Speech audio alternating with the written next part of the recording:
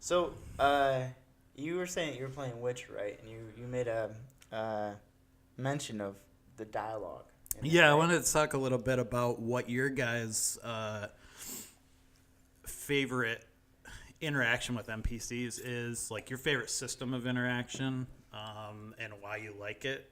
So, like, I've been playing a lot of Fallout New Vegas and Witcher, and actually a little bit of Fallout 2. And I have been thinking about all these different games that have all these different systems for how you can just interact with people. Like The Witcher, for example, will give you one that's highlighted as like your story option that advances it, and then it gives you like the little options down below that are color coded that don't advance the conversation but give you more information, that kind of thing. And he doesn't say exactly what it says, so you kind of aren't ever really sure what.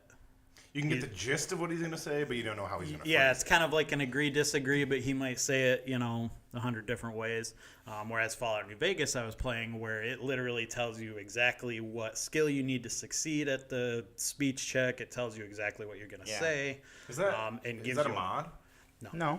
Oh, okay. For New Vegas, Okay. it's for 4 they took a step backwards. Yeah, 4 they eviscerated the whole dialogue system basically. Yeah.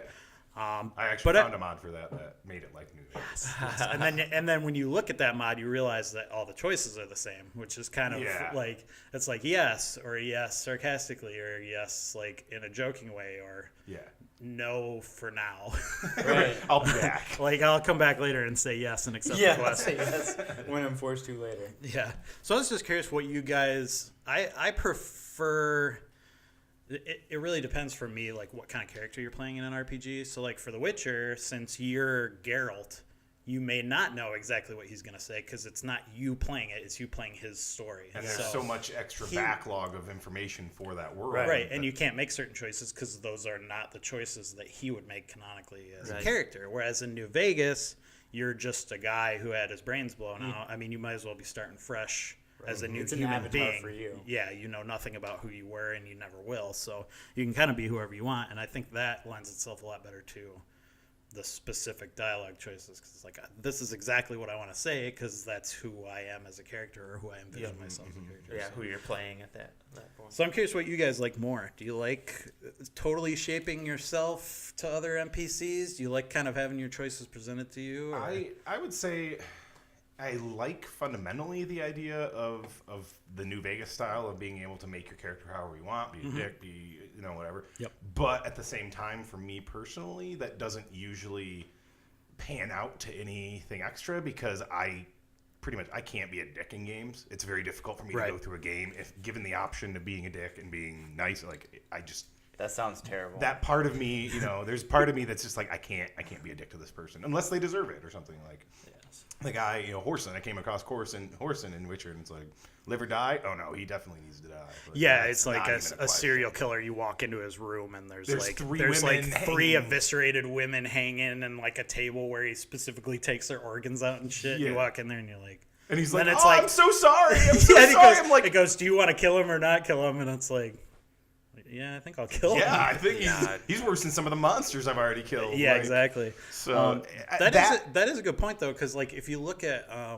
like how at the end of certain like Life is Strange and like the Telltale games and stuff, they'll tell you how many people made a certain choice, like the same choice as you made.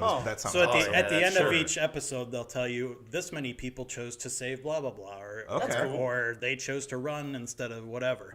This many people were straight up bitches. I think I've seen that in another game before too. That sounds familiar. And it's very rare that it's in the middle. They say that you've written your game well if it is in the middle, because presenting a choice where there's not a clear moral like dilemma. This is the good one and this is the one where I'm an asshole.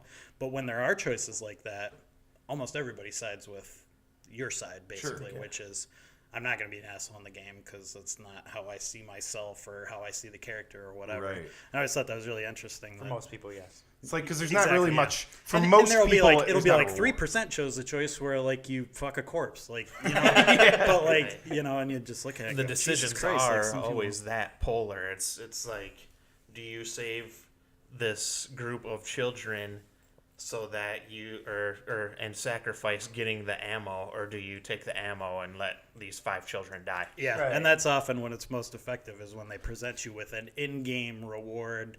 Like in New Vegas, there's one where there's like a group of slaves in the Legion that have like exploding necklaces, and if they run off, their heads explode. And Is that you Running can Man, save the you movie can that- save them. Yeah, pretty much. So you can either save them or you can like become a slave trader. And there's a lot of other choices like that, and that's one of the reasons why I like that game so much is because it presents you with those things, but then it also says like, hey, if you are evil, like you'll get a shitload of rewards, like like for selling people, like you get that money or whatever. Yeah. So I guess I would say in theory I like that the best. For me personally, I like it to be a little more guided. I like the pre-established character, like Witcher 3 is a perfect example. I quite often choose those non-advancing story ones because I just want to A, learn more about what's going on, and B, I want to listen to them talk because the voice acting in that game is so It's so good. fucking good. I could listen to Geralt talk all day, like literally. He has such a perfect voice and such a perfect tone. We should get a hold of that actor and just be like, That'd we be have a great. fanboy for you. He just Yeah. wants to hear you speak. You have like 30 minutes. You can just come talk and I'll just listen. There's a couple Can't videos just on sit down. YouTube that I was watching of him where he'll just like, it was just showing him talking his voice, and the dude he looks like he just is like kind of a bald, like just sort of chubby guy. All right. It's like he just sounds like a fucking badass when he uses that voice. The only voice actor that I don't like in that game is Triss's voice actress. Yes. She's awful. Yes, I would But agree with you. I can't think of anybody else who I thought was a bad Yennefer's voice is actor. fine. Even like the random, like if you walk up to a merchant, it's like, "What do you have for sale?" It's like still a good voice actor. Yeah, like even if And they're he being doesn't silly. sound like the other 10 merchants from different cities and shit. It's Yep. very well Yeah, done. the dialogue in that game, I'm definitely with you guys on that.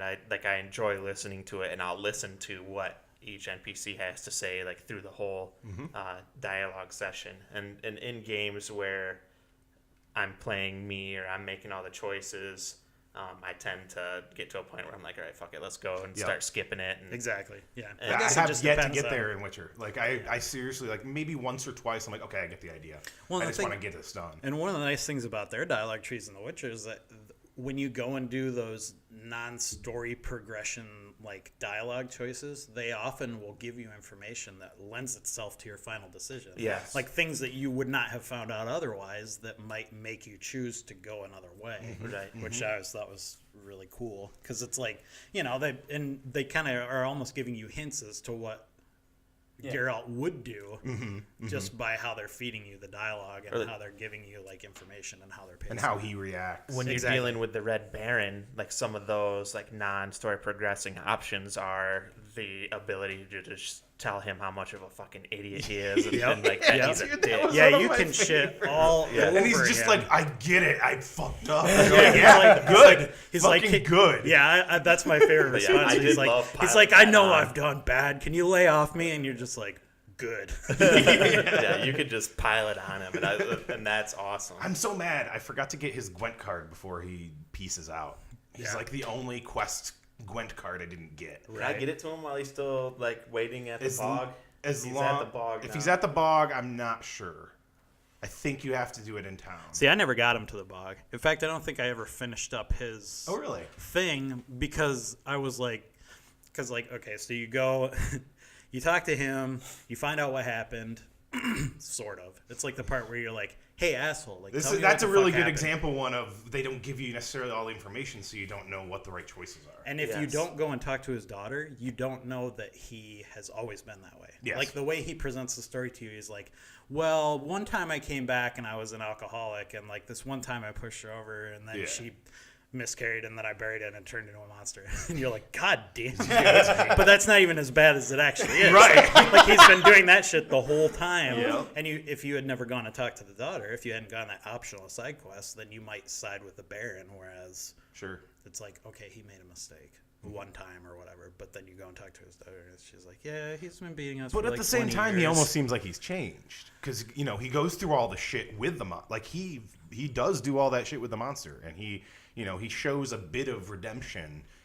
He does seem to really care about his wife and that sort of thing. Yeah. So And at the that's point the I main was reason at- I actually went and followed the whole quest and helped her, but mainly because she was with three fucking hideous crones that I wouldn't want anybody to have to deal with. Yeah.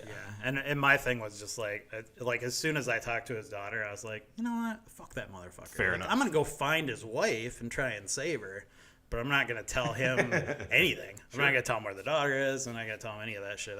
He can just rot in his castle. So I think the most interesting are those more open-ended ones, but there is something to a linear game. I mean, it depends on the game that you're playing. So I can't think of a good example. I mean, Zelda's a good example, actually. There's quite a bit of decent dialogue. I mean, they don't do the voice acting and whatnot for very much, and what they do is doo-doo.